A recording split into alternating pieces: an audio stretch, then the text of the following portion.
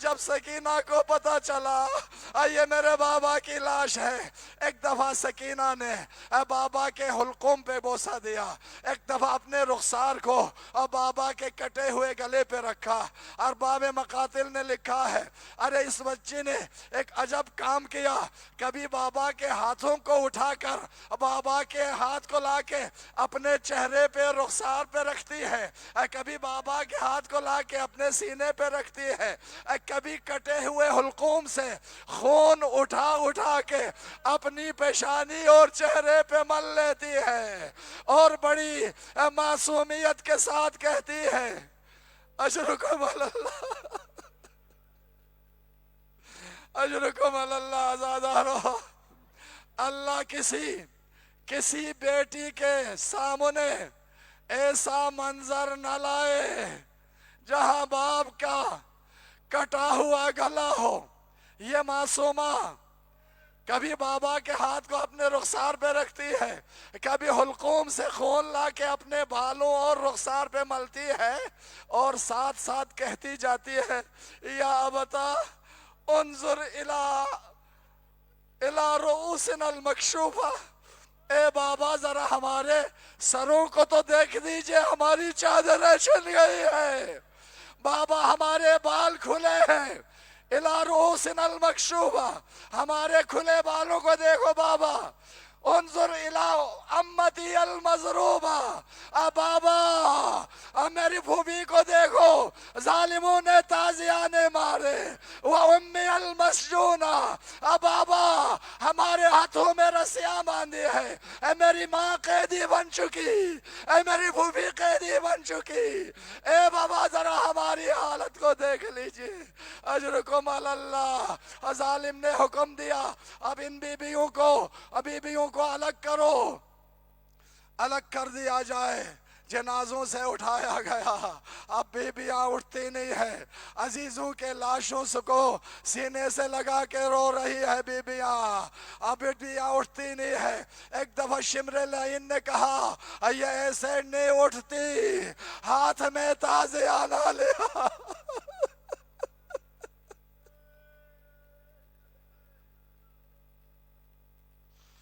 اجرکم علی اللہ عزادارو۔ یہ ایام رونے کے ایام ہے، یہ غم کے ایام ہے، گریا کرو، رو، فریادیں، آوازیں بلند کرو، ان آوازوں پر اللہ کی رحمت ہوتی ہے، ان آوازوں کو ائمہ نے دعا دی ہوئی ہے، اپنی بکا کی صداؤں کو بلند کرو۔ شمر آگے بڑھا، وہ ظلم شروع ہوا، بیبیاں اٹھ گئی،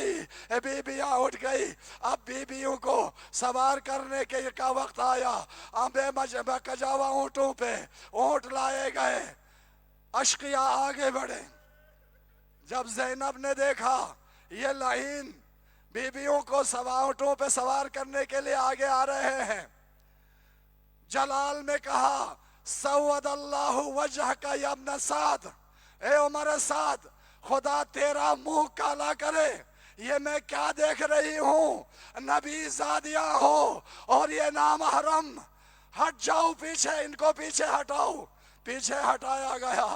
ایک دفعہ زینب نے کہا آؤ بہن ام کلثوم، آج اکبر کی جگہ ابھی بھی ام لیلا کو سوار کرے، آج قاسم کی جگہ ام فروا کو سوار کرے، آج عباس بن کے ان بیویوں کو گھوڑوں پہ اونٹوں پہ سوار کرے۔ ہائے آزادارو، ایک ایک بیویوں کو ان بیویوں نے سوار کیا، آخر میں ام کلثوم کو زینب نے بٹھا سوار کیا، اب زینب اکیلی رہ گئی، اب زینب اکیلی رہ گئی۔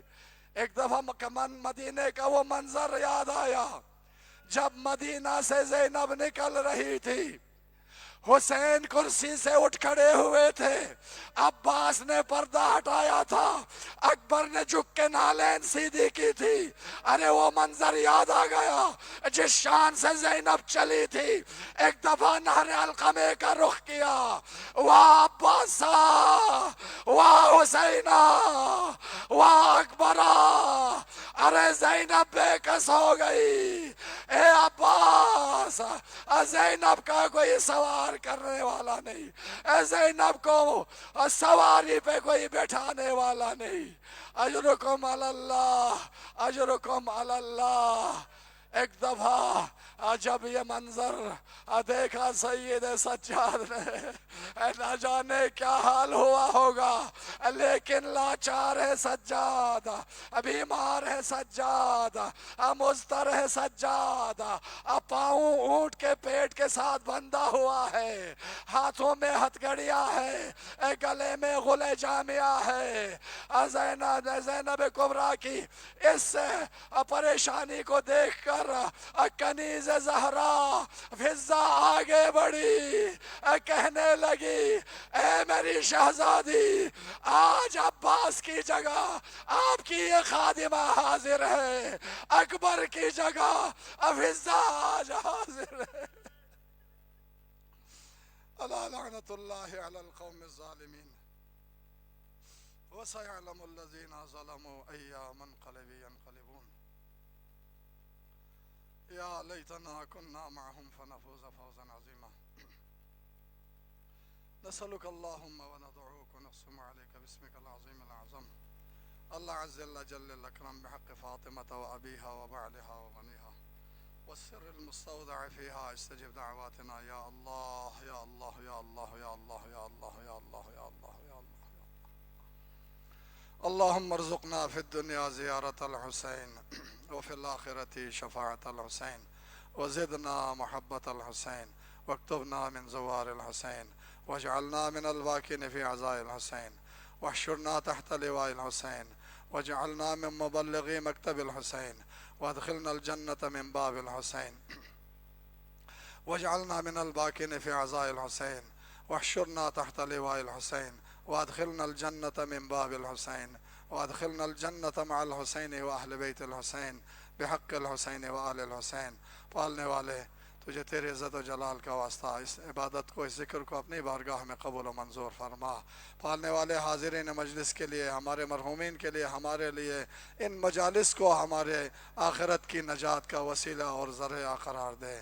پروردگار ان مجالس کے ثواب میں ہمارے گزشتگان مرحومین اموات و مؤمنین و مؤمنات، خصوصاً استاد بزرگوار محسن ملت، ان کی زوجہ مرحومہ، اس ادارے کے مرحوم اساتذہ، پروردگار سب کو ان مجالس کے ثواب میں شامل و شریک فرما، ان سب کے درجات کو بلند فرما، جوار سید الشہداء میں مقام عطا فرما، تمام حاجت مندوں کی خصوصاً حاضرین مجلس کی حاجت شرعیہ کو برآوردہ فرما، جو بے اولاد ہیں انہیں اولاد کی نعمت سے مالا مال فرما، جو سفر میں ہیں انہیں بخیر و خوبی صحت و سلامتی کے ساتھ منزل مقصود پہ پہنچا دے۔ پالنے والے بحق محمد و آل محمد، حجت دوران ولی عصر امام عصر ارواحنا اللہ الفدا کے ظہور میں تعجیل فرما، ہم سب کو اپنے ان کے اعوان و انصار میں سے قرار دیں۔ پالنے والے علماء اعلام کی توفیقات خیر میں اضافہ فرما، علماء مراجع اعظام مومنین مومنات پروردگار سب کی حفاظت فرما۔ پالنے والے حوزہ علمیہ مقامات مقدسہ اور مراکز دینیہ، بالاخص اس مرکز علمی کو پروردگار اپنے حفظ امان میں مسون و محفوظ فرما، روز بروز ترقی تکامل عطا فرما۔ محسن ملت کے وارثین کو، فرزندان محسن ملت کو، ان کے شاگردوں کو، ان کے مشن کو اخلاص کے ساتھ آگے بڑھانے کی توفیق عطا فرما۔ ربنا تقبل منا انك انت السميع العليم بحق محمد وآله الطاهرين الى ارواح الشهداء والعلماء ومن مات على الايمان من المؤمنين والمؤمنات، سيما الى روح شيخنا الاستاذ المرحوم المغفور محسن الملة وزوجته المرحومة، نهدي جميعا صواب الفاتحة۔ بسم الله الرحمن الرحيم۔